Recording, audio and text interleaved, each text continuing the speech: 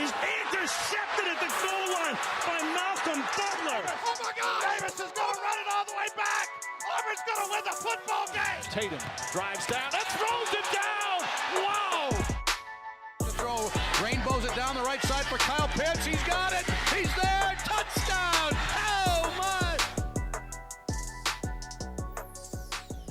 Oh my indeed, and welcome everyone to the Sports Bits podcast with Moko, here to talk about all things Florida Gators football and Boston Celtics. You can follow me on Twitter at SportsBitsPods to get updates on when I upload. I will also be tweeting live takes and reactions of the games being played that day. Please leave a 5-star review if you're on Apple Podcasts, and if you're on YouTube, please leave a like, share, and subscribe. That would be much appreciated. And since it's the first ever podcast of the channel, we will first be discussing the insane game of Florida versus Oklahoma, which happened to be last week, and I didn't want to make an instant reaction to it because I didn't have everything prepped, but I still wanted to make a reaction to it. So I'm doing it next week, and I have a lot more things prepped now since I've been able to digest and get some stats for you guys on the game. And the first thing I want to talk about mainly is the list of inactives, which is crazy because if you're following this game, you saw that, first you saw Kyle Pitts, of course, get opted out, which was not fun for any of us to hear. And then you hear next thing, Kadarius Toney sends a message on Instagram saying he's going to opt out and head straight to the draft. That was not fun. Then you hear Trey Grimes. So those three guys are immediately out. Some low-key guys that were not mentioned in the opt-outs when you were looking at that for the upcoming game. Mainly Jacob Copeland was actually an opt-out. Actually, I think he came back for that game. But mainly Ventrell Miller was another guy that was a big opt-out on the defensive side. Marco Wilson, even with the shoe throw, he opted out, so there's one less cornerback on the field, or one less experienced quarterback on the field. Even with his shoe throw, he's still not here. A couple other guys that were starters at the Alabama game that were opt-outs for the Oklahoma game. David Reese, Sean Davis were also two guys. Jeremiah Moon, another impact linebacker that was sadly opted out for this game. And that seems like really it. The other guys opted out seemed like they weren't starters or too big of an importance on the game, big of an importance to the game, at least when I noticed, or at least from what I saw. Like Khalil Jackson, Ethan Pouncey, Rashad Torrance. Some guys that were here and there, never really fully was integrated into the defense throughout the whole year compared to the other guys. And the crazy thing about that is just seeing 8 of our starters go opt out for the draft, and it already puts you at a disadvantage not having your full impact players or full set of impact players ready for the game. You have to play with mainly your backups that haven't had much experience with in the offense, and also timing with Kyle Trask because he is still playing in this game, which was amazing to hear that Trask was still playing. We all saw what happened there, but still, it's nice to have your quarterback for his last game before he declares for the draft. And it just really sucked for him that he had to perform the way he did, which I'll talk about later, without his key players on offense. But on Oklahoma's side, the only person to opt out was Trey Brown, was a senior cornerback that, did make some moves on defense for them, but mainly on defense, they were fully stacked. They had all their players there, and it just, you saw it. If you watched the game, you saw how impactful that defense was, and it didn't help that we were dropping passes, mistimings everywhere, and our offensive line held up okay, surprisingly. We had 2 rookies on the right side of the offensive line. That what was his name? I forgot his name. But yeah, he did have one flag that game, the right tackle. If I can look it up, but actually no, I'm not gonna look it up. Just keep it in. I'm not gonna care. But yeah, he one penalty for the offensive line. Otherwise, we held up pretty well. Even when Travis had to scramble multiple times to make a play, or even try to make a play that was sadly ended up either a drop pass or had to get thrown over their heads. Yeah, it really was not a great performance for Kyle Trask. It didn't help that he had 3 interceptions to no touchdowns, and it looked like it was just over for him. He just did not have he showed effort, but it's just the rest of the players did not flow on the same wavelength, and it just didn't help his case. And then we put in Emory Jones. We had Anthony Richardson in there for a little bit. Anthony Richardson has one drive that was great. That scored a touchdown to Gamble, probably our future tight end, our number 1 tight end next to Keon Zipper for next year. We hope that they'll become the next impact players for Florida because, we lost all these great receivers. We're going to have Justin Shorter step up and also Copeland step up for next year as our next receiving core. That would be amazing to keep our streak alive. And hopefully Henry Jones could be our answer at quarterback for next year, and we don't have to go through the transfer portal, just like Georgia did to get JT Daniels to end the season on a high note. It really hurts as a Gator fan to hear Georgia ending on a high note, and we're ending with a three loss streak to end the season, which really did not help anyone's morale. We were hoping to at least end with a win against Oklahoma to have some momentum for next season, but it just seems like mentally we weren't ready for the win, or we didn't want the win, and it just showed on the field. The next thing, it just hurt. But if you look at the run-pass ratio, which was another thing I saw after the game that was really shocking to see, is that for Florida at least, we had a 39-25 run-pass ratio, so we had 39 runs, 25 passes. Oh, God. Yeah, it did not look too good. And considering we were running that many times, it just didn't. It was not meant to be, because as you've seen this whole year, we were a spread offense. We were meant to throw the ball. We're not meant to run too many times. And seeing us run 39 times was not great. I mean, you could look at the stat line and also see Kyle Trask ran 15 times for only 1 yard. So if you really subtract that, we only truly had 26 rushing attempts by running backs or wide receivers on the jet sweeps. Still okay, not great. If you will still want to make a 26-25 run-to-pass ratio, that's still more runs than passes for an offense that's mainly meant to throw the ball down the field and be a passing offense.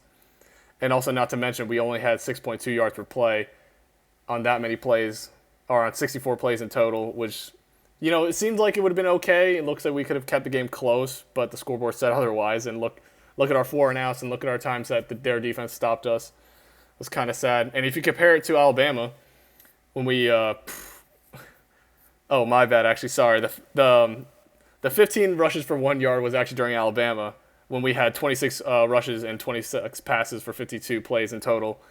And you compare it to our game against Oklahoma, it was a completely different story. It looks like we tried to run balance against Alabama, even though you don't count the 15 rushes by Trask.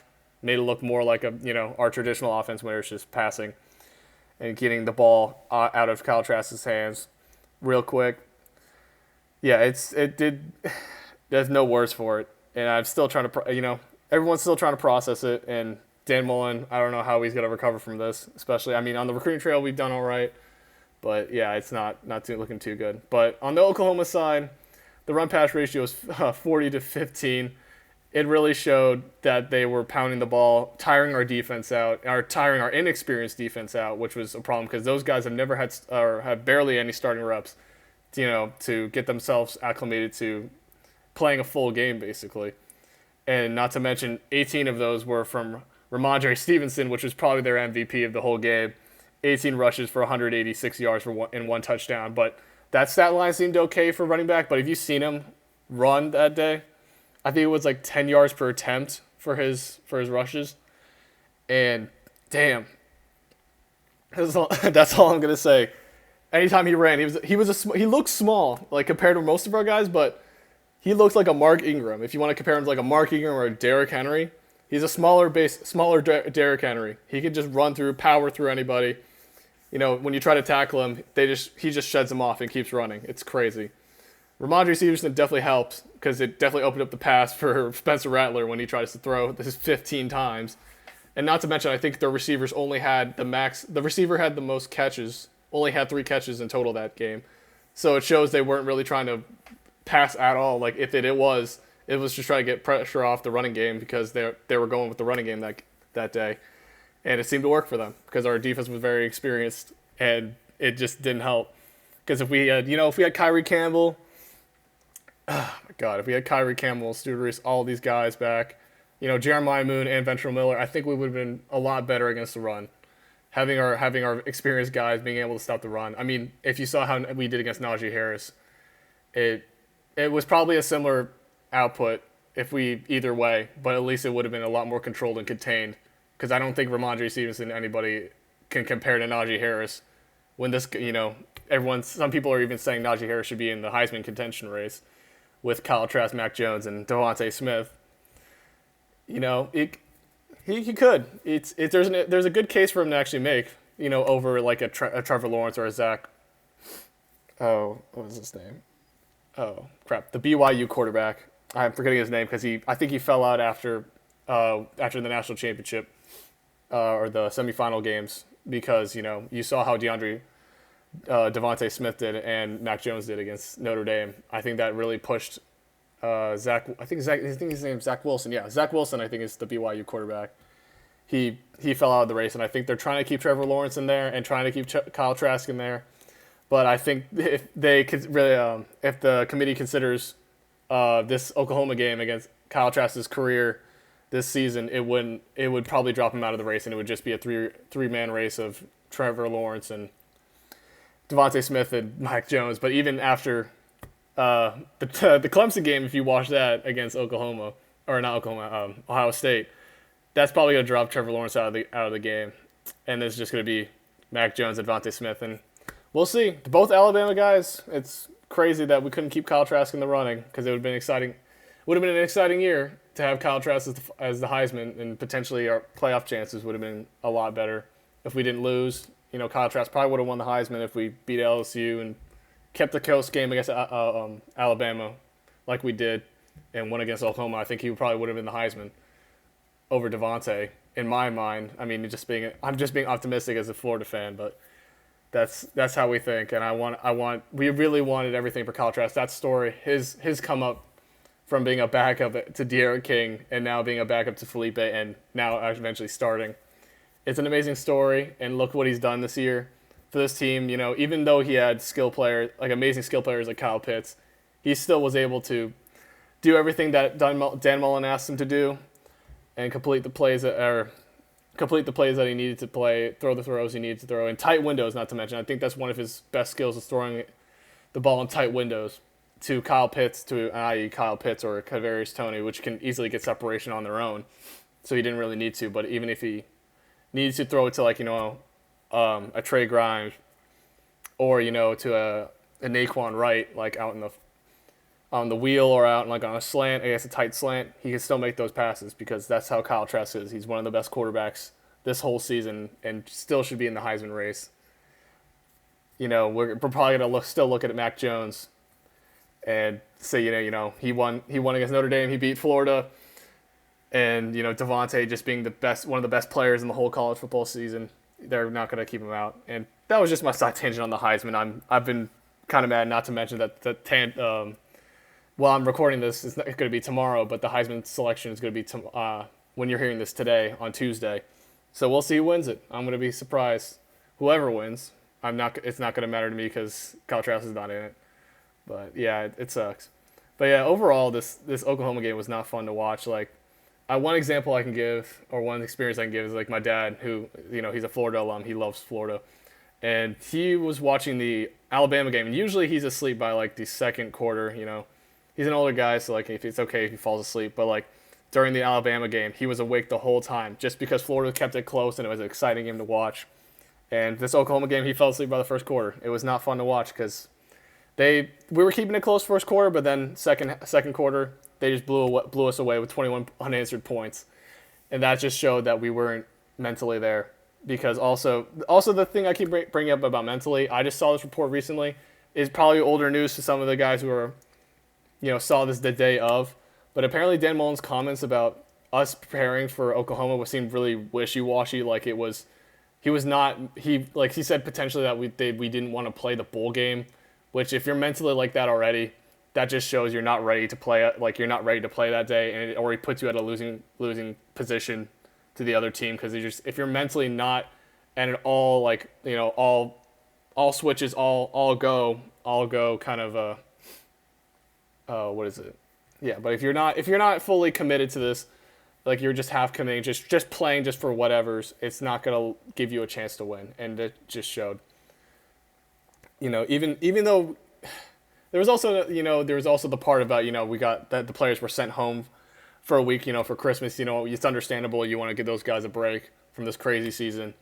And, we only had 3 practices to acclimate the team and acclimate the new guys to even prepare for Oklahoma, which is definitely not enough time against a high-powered, balanced team like Oklahoma, who had a great offense and a great defense. You can even make a case for them that they should have been in the playoffs under Notre Dame after seeing that performance, but that's just 2020 hindsight. The committee didn't see the blowout by Alabama on Notre Dame, so you don't want to make a comment saying like, "Oh, Texas A&M should have been in." Oh, Oklahoma or even Florida, even when Florida had 3 losses, should have been in. It didn't matter. It was you're using 2020 hindsight in those claims, and it just didn't. You shouldn't be using that. You should look at it at the moment. At the moment, it looked like Notre Dame was the best team, even if they got blown out by Clemson. Like, you're going to make a case for Texas A&M, who lost by like 22 points, around 20 points ish, to Alabama earlier that season.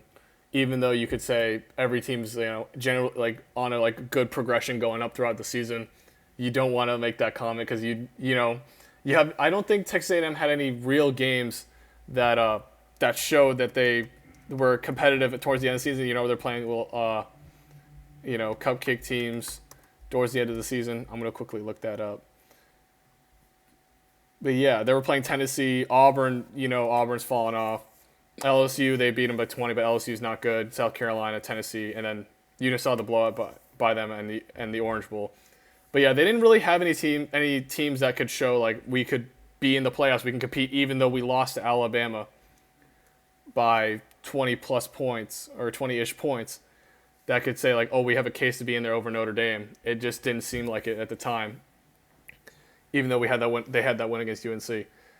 But yeah, there was no way Texas A&M would have been in. Florida, I keep coming back to them. They still didn't have a chance that I saw, even after like a close game against Alabama. Everyone's gonna say like, oh, we were like 7 points away from winning, and like if we were the only team that brought them that close, or to any team that Alabama's played this season. And yes, you could say that, and yes, we were closest. And if we were in the playoffs, no one would have opted out. We would probably played our hardest as a 4 seed and try to repeat. And also, I don't think the committee would allow us playing them again. They would probably put us in the 3rd seed or make Alabama the 2 seed or something, just so we could split up the divisions. So we would probably play like Ohio State or Clemson.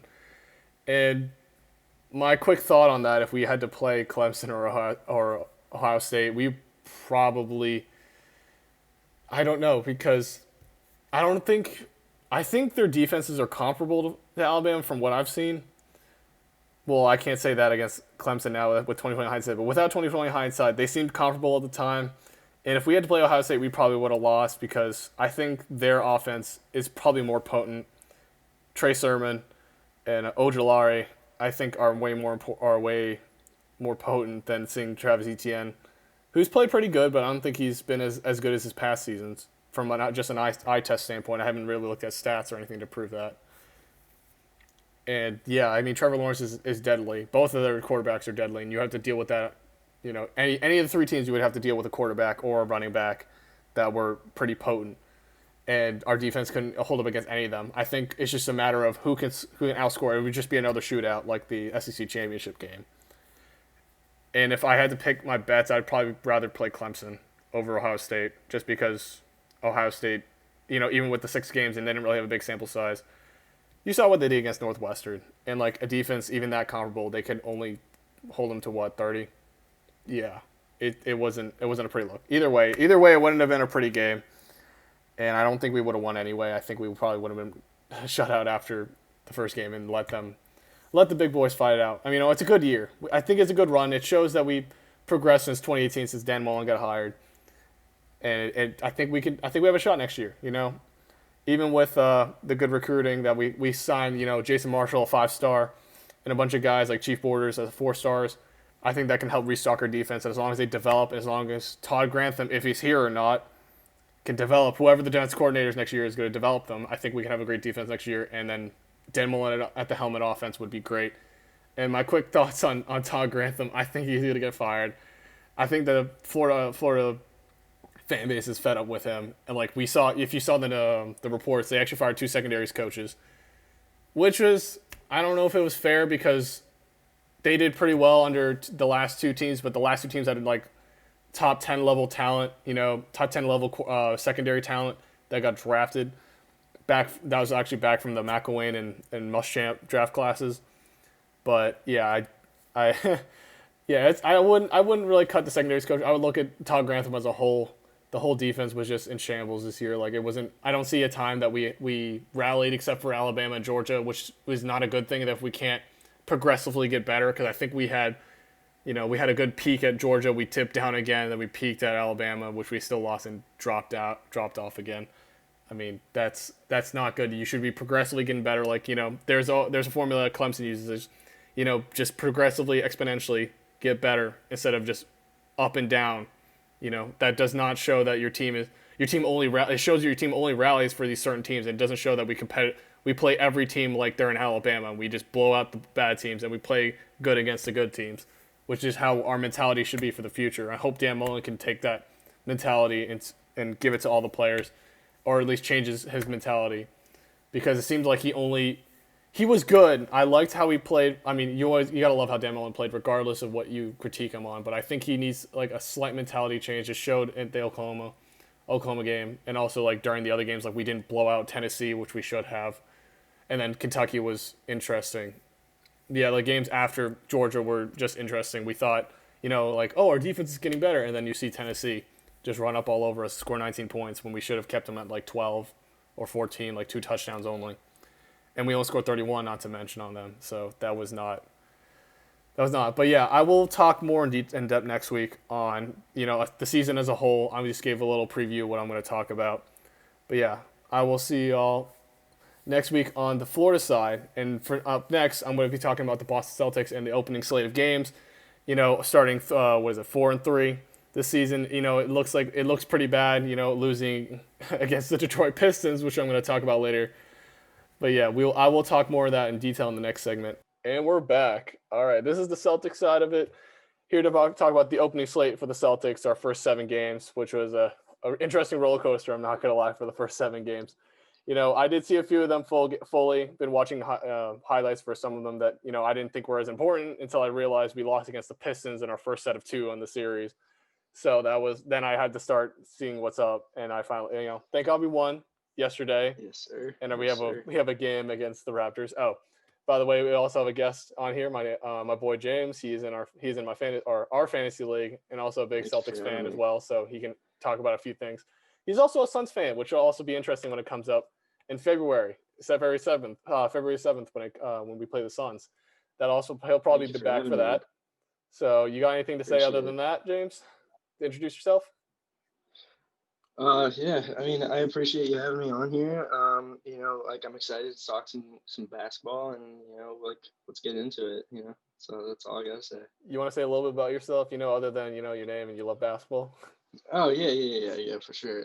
Yeah, I'm James. You know my name, but yeah, I mean, I've been following basketball for a really long time. I grew up as a Celtics fan. My dad was a huge Celtics fan, and I've been watching since I was really little. The first game that I remember going to was a Nets Timberwolves game when I was like 7 or something. So I've been following basketball for a long time, and I've loved the sport. But yeah, I mean, a little bit about me. I mean, I'm a guitar player. I like screwing around with music. I'm a huge artist. Both of those things I like to coincide with each other. But yeah, I mean, that's pretty much all about me. I mean, I'm just big on a lot of huge popular topics. Surprised you didn't talk about your graphic design, boy. Yeah, I mean, it's a little bit of a school process right now, so it's a little bit more toned down. This guy was potentially going to make my podcast cover art, and I may have him help me with stuff in the future, dude. Like with other alterations and stuff. This guy's probably gonna be it. So if you ever need any graphic design work, just let me know. I can hit you up, hook you up with James. Hey, great work. So I appreciate the shout out. Yeah. So first thing I want to talk about mainly was the first stat I wanted to bring up, at least for the beginning of the season, was the ratings, at least our offensive defensive ratings. We expected the offense to be high powered because we had Tatum, Brown, all these guys, and not to mention Marcus Smart coming up as a bench player. Now I think he's a starter now, so that's good for him. Mm-hmm. And especially with Kemba, if he was back, our offense seemed like it was pretty set, and you can see that with the offensive rating being at 101.6, which is 7th in the league, which is pretty good. I like that. It shows that our offense is still, as good as it ever be. But the main thing I want to highlight is the defensive rating, which is 112, which is the 24th best in the league, which basically means we're like bottom tier trash for defense. And like, I don't know what your thoughts are on that. I've seen our gameplay. It's not the greatest, especially against good teams like the Nets, like playing against like high power, like superstar players like Kyrie and KD. Yeah. Like, what are your thoughts on that little stat line? I definitely think that with them bringing in a lot of new and younger players, that their defense has started to lack in coming years. However, that their offensive efficiency somewhat makes up for it. But what I will say is that I do think that they need to start implementing in the new young buck in Robert Williams and put him in the starting lineup, because he's covering the entire stat sheet for the Celtics. And I think that with Stevens coaching, he's trying to see who he wants to put in at the starting center position, whether it be keep it with Tice or bring in Robert Williams. And I think that when he plays Robert Williams 25 plus minutes a game, their defensive stats definitely increase more than Tice's. And that's just because Tice isn't a defensive player, and which is perfectly fine. He's a great player as is, but I think that Stevens needs to start implementing that, and that will change their defense drastically, in my opinion, because already Robert Williams is averaging almost nearly 2 blocks a game, and along with a steal, I think. There you go. But, yeah, I totally agree. And I'm looking at his per 36 numbers right now, and it shows he would score like 13 points. He would have a total of 12 rebounds, 3 blocks, 2 steals. Like, I mean, that's per 36, and you can take that with a grain of salt, but I like per 36 just because it shows what it kind of predicts us, like shows what their efficiency would be if they started, 20 plus minutes a night. And kind of give like a guideline of like who is kind of trending in the good direction, who's like, it just shows like what these guys are capable of if we're getting full minutes with what we've seen so far. So I definitely agree with you. Robert Williams is definitely a great option. Yeah. I'm just thinking that, we brought in, Tristan Thompson. I think he's more of like, grab and go kind of guy, defensive guy. Like we're trying to play him as like the Horford role, I think is what we're looking at. Yeah. We're missing that guy who's like really good on defense, grabbing boards for all the guys who are like scoring on the perimeter. And I think he brings that, even though he's a little shorter than most of those type of guys. Like, we miss Al Horford being like 6'10", 6'11". Yeah, now, and I think Tristan that's where 6'9". So. Yeah, I think that's where Tristan Thompson struggles a little bit on defense, because he can't hang with all those big 7-footers all the time in the paint. And that's just realistic.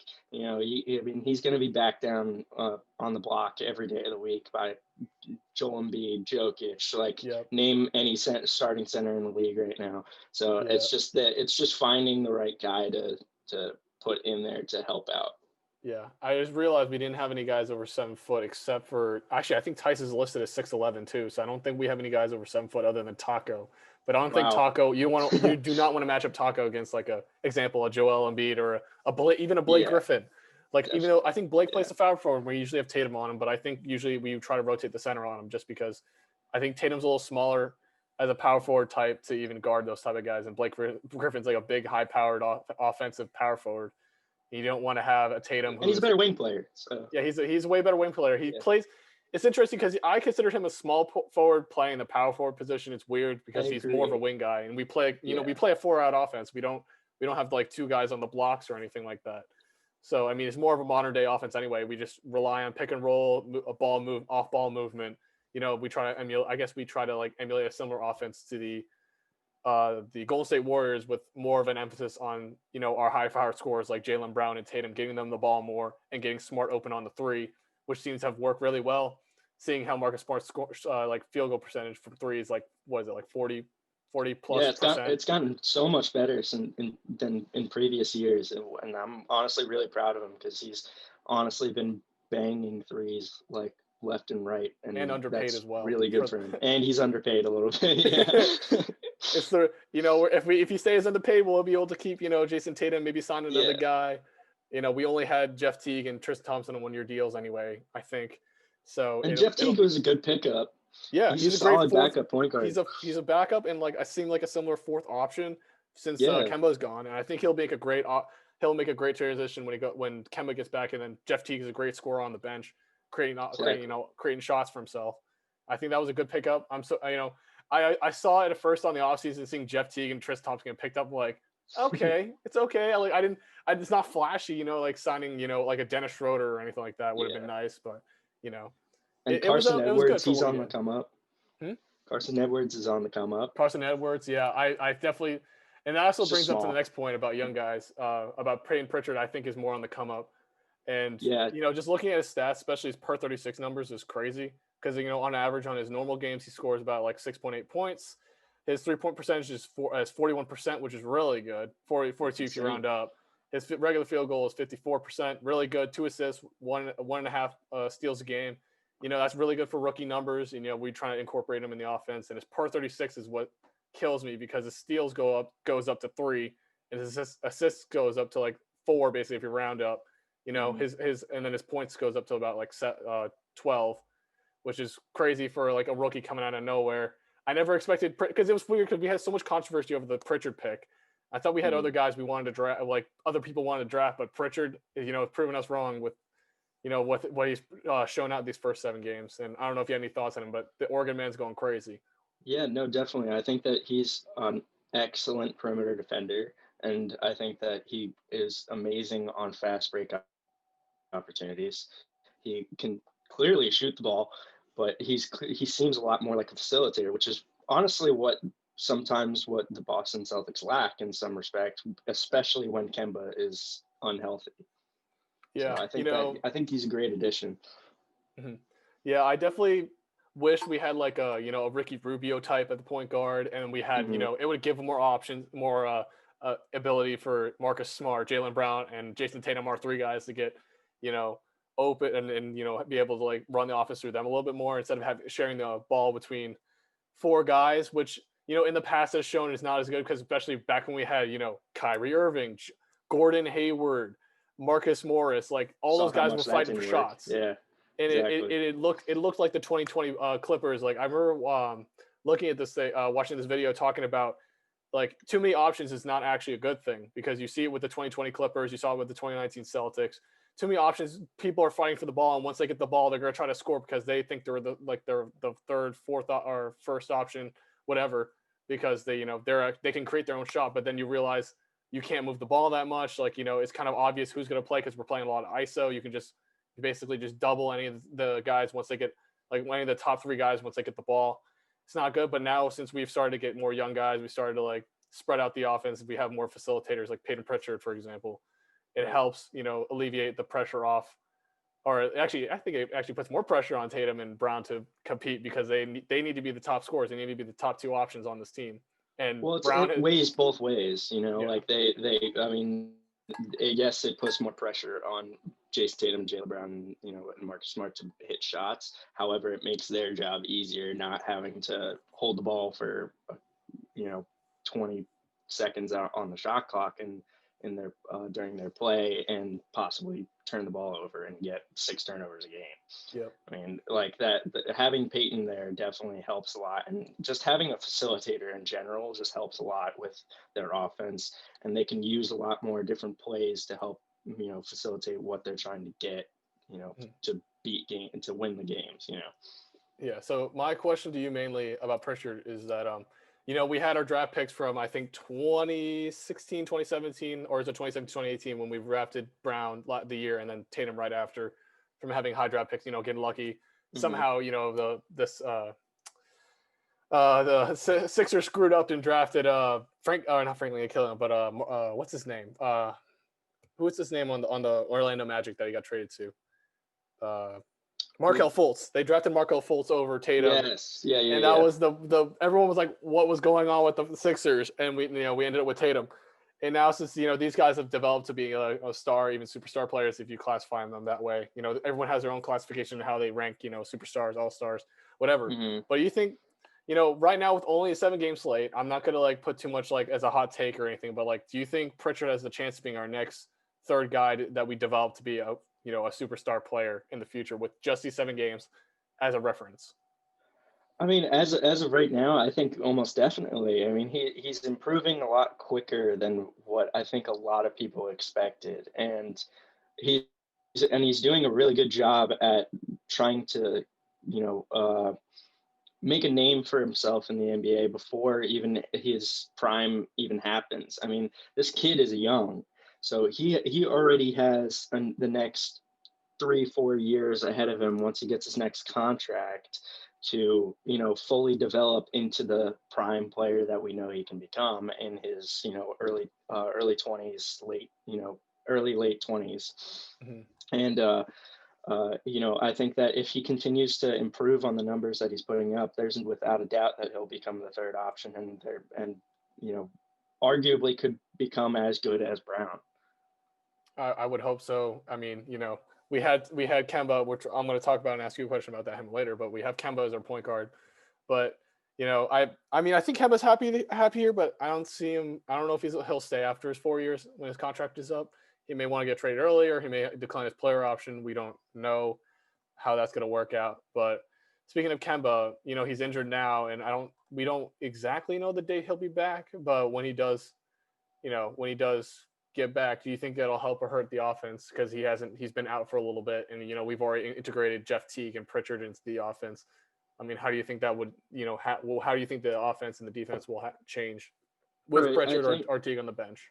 Right. I think that I definitely think that it'll definitely take time for them to, build the chemistry back up and everything, start to work into hand, and especially with the increased minutes that incrementally that Kemba will get once he's coming back from injury.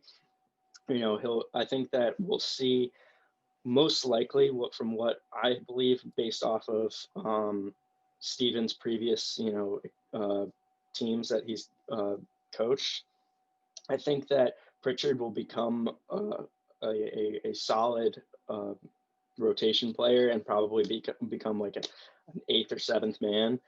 But I think Jeff Teague's minutes will be hurt a lot, and it's probably not going to be. He's probably not going to be happy about it and either request a trade or leave in the offseason, depending on how long his contract is, which I'm not sure. It's a 1 year, $5 million deal. 1 year contract. Yeah, he probably will end up wanting to leave the next year, but I think that they'll start to get back into the groove again. It's definitely going to take a couple games, especially because Kemba will be out for estimated roughly about 30 games of the season, we'll say, just for estimation purposes. But I think that the offense will start to get back into a groove again, and I think that it ultimately will be better for the Celtics in the long run, because it's going to take a lot off of Brown and Tatum, and because right now, realistically, they are carrying the team right now. They're holding everything down, and I think they need that third guy to be involved. And as much as Marcus Smart is a great player, he's just not that type of player to become that A-list all-star type level player. And Kemba might not even be an all-star this year, which because we don't have any of the all-star weekend this year since he got taken out. But he could play ultimately at that level again, which we've seen him play in the past. I mean, we have to remember that yes, Kemba is slightly injury prone. However, he is realistically a 25 plus point scorer and can get you six assists with a couple rebounds and maybe a steal or two.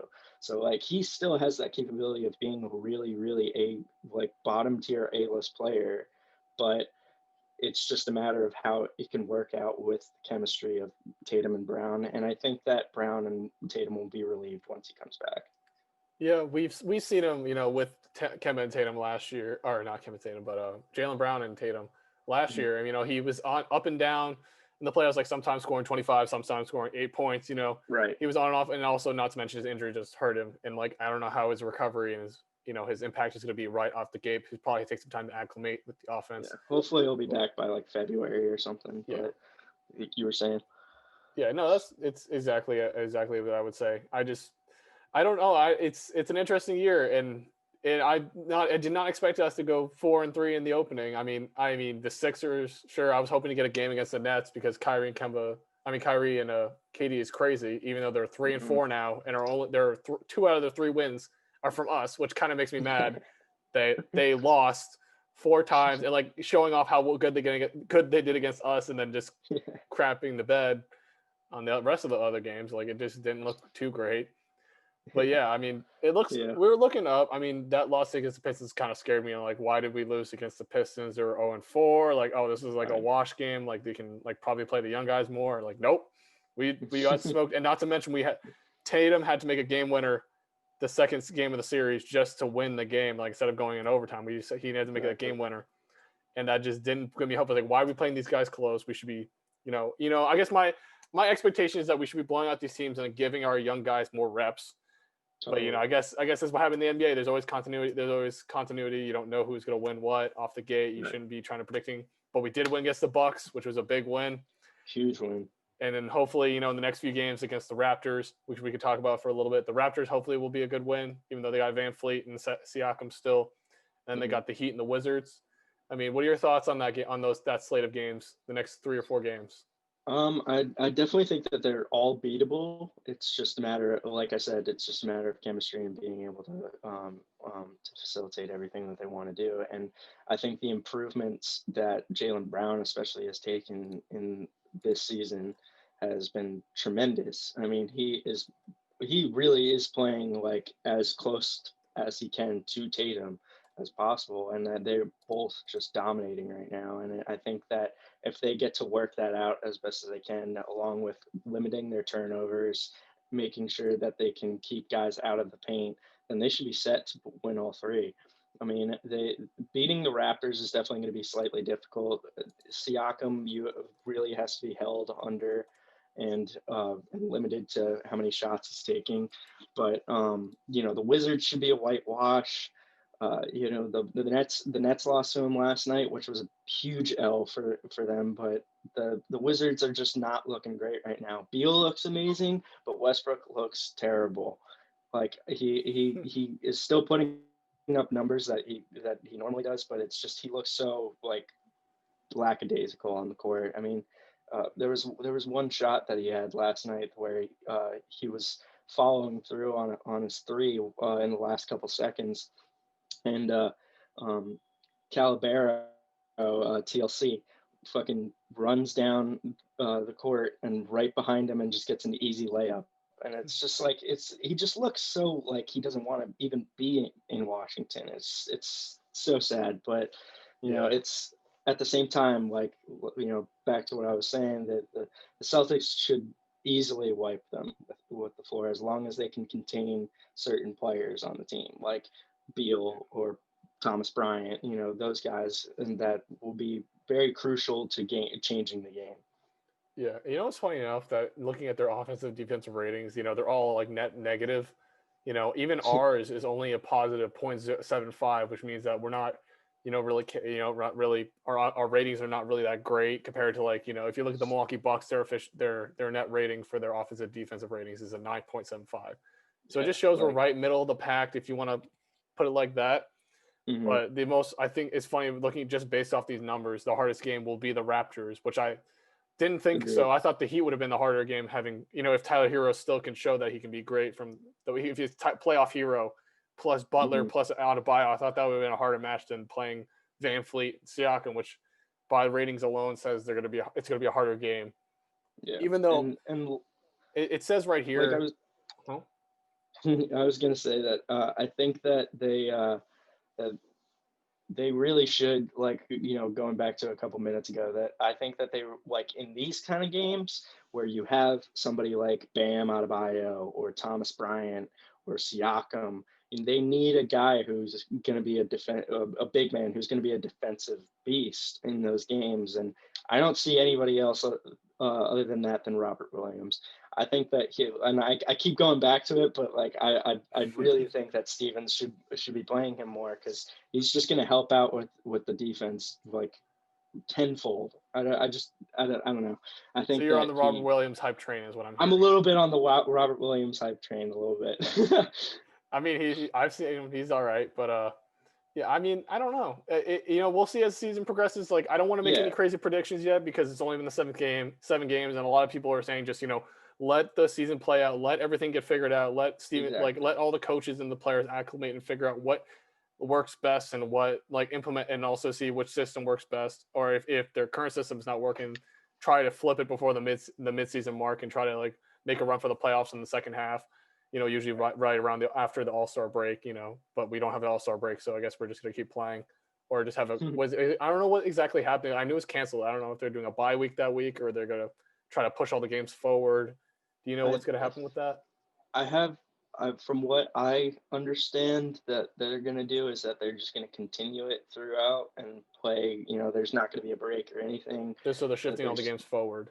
Yeah, so they're shifting all the games forward, but they're still keeping that playing game from last year in the bubble before the playoffs. So, Hmm. which I think was weird and stupid addition, but I mean that's just me. But um, yeah, I think that they're just gonna roll over the All Star weekend, which kind of sucks because I was like, why wouldn't you want to add just like, even if you took away All Star Weekend and just kept the All Star game, have one game of the guys who pick the teams and just play one game instead of the playing game, because I don't know, I felt like the playing game is a little pointless in some respect.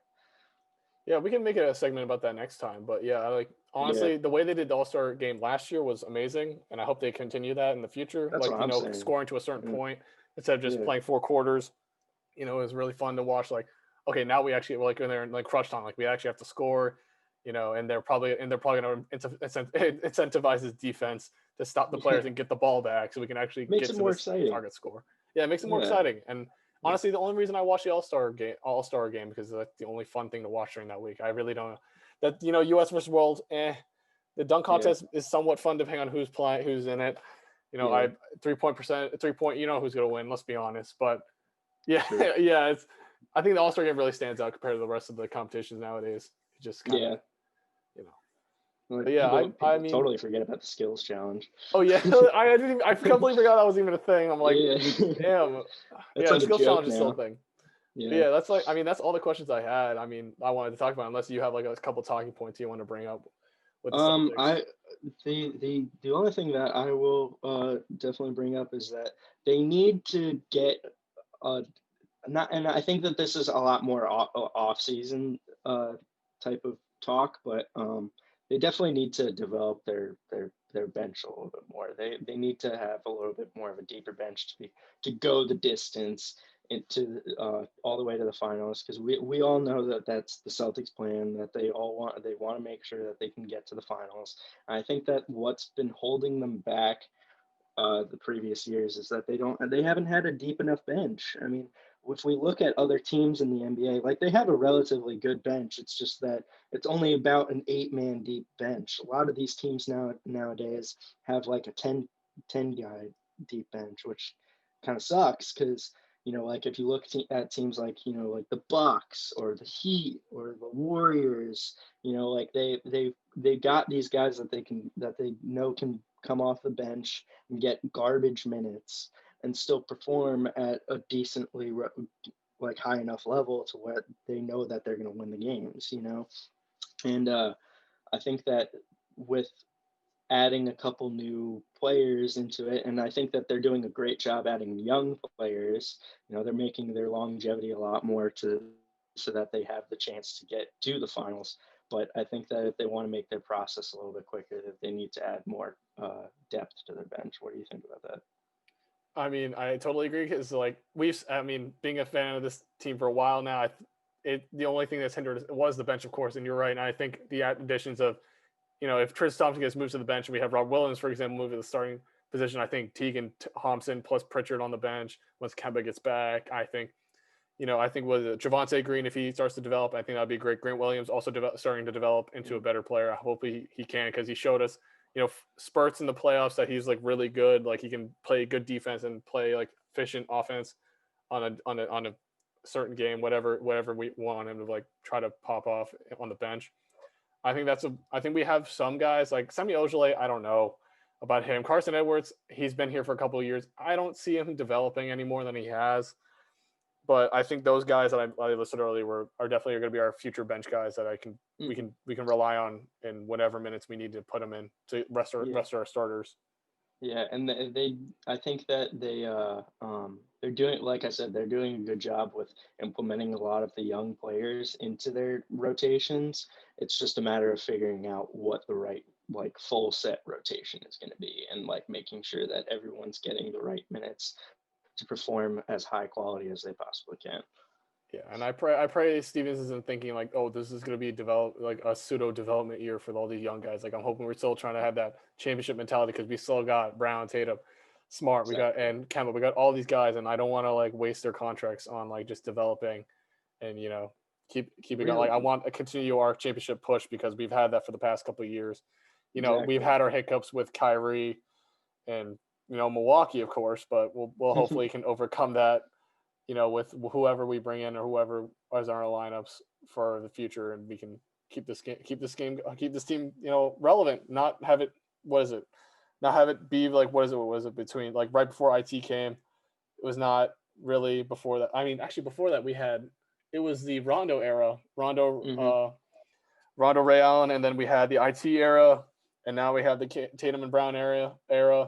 All of them seem to not really perform as well as we wanted to, except for that one time in 2006 with the championship with Yeah. Garnett. But I mean, we're hoping to bring it back like the years in Garnett, or even like the '80s with Larry Bird. Hmm. Hasn't been that consistent since then. Yeah, and I think that I think that they keep getting close. You know, they realistically, if we try and look at a playoff picture, they should be in within the top five still. I mean, they're consistently always in the top five seeds, and they. I think that if they keep doing that and they just add slightly little changes and little fixes, you know, that they will get there. They will definitely get there eventually. It's just making those small changes. And I think that that kind of falls on fault for Stevens a little bit, where he's a great coach, love him so much, but he's a little bit kind of like Doc in a way where he doesn't like to change his game plan a lot. So I think Yeah, that, yeah, I think that that happens, and you get this endless cycle of being like the consistent third seed or fourth seed or second seed, in years coming. So once those little changes are made, then they'll take the next step to make it to the finals. yeah. I'm not, I'm not mad about being consistently good, but we're not going Well, to be yeah. consistently great. Like the Warriors, we're not going to make that next step. And that's the same thing. I'm going to end this off, but yeah, it's the same thing with the Florida Gators. We're consistent. Like both teams I love because they're consistently good. The reason why I love following them, I love covering them, is because they're consistently good. They can show that they can produce a product on the field that fans will love, and regardless of who's on the field, like we had it, now we had Kyrie, and then now we have Kemba and Tatum. For Florida, it's been Felipe, now it's Tyler Trask, even before, and then we had Tebow, we had Will Greer, and like this is just the reason why I love following these teams, the reason why I love covering them, and I will continue to cover them until either podcasting dies or if I don't know, if I hope I don't lose interest, but I love covering these teams, and I love to talk about them, and especially with guys like James who are very knowledgeable about Thank you. certain things that I may not mention because I'm looking at certain things because I love stats, and I'm looking at specific stats to try to see what sticks out, sticks out that really shows our either progress or descent to whatever. An example showing our defensive rating today really didn't Sir. really show that we need to work on our scheme, because I thought Brad Stevens was a defensive minded coach, but Hmm. we'll see that in the future. But yeah, it's great having you on, James. And do you have any last Thank you words for for having me. uh, Um, check on my Instagram at j.ocon45. there you Do go. some graphic design stuff on there. Have some guitar playing and stuff. And yeah, that's it. Thank you for having me so much. I really appreciate it. I will see you all next week. Next week, we're at least for Florida, we're going to cover just the season as a whole, talk about in depth more about oh God, Todd Grantham. We'll see about that, and then hopefully the Celtics will talk about the Raptors and the Heat game, because those will hopefully be more interesting than it was watching the Pistons games. I'm hoping that'll actually be more exciting, and hopefully we'll get some dubs on the board so we can keep our Yes, sir. keep our progress up as a top 8 team in the East. But yeah, I will see y'all next week. Peace.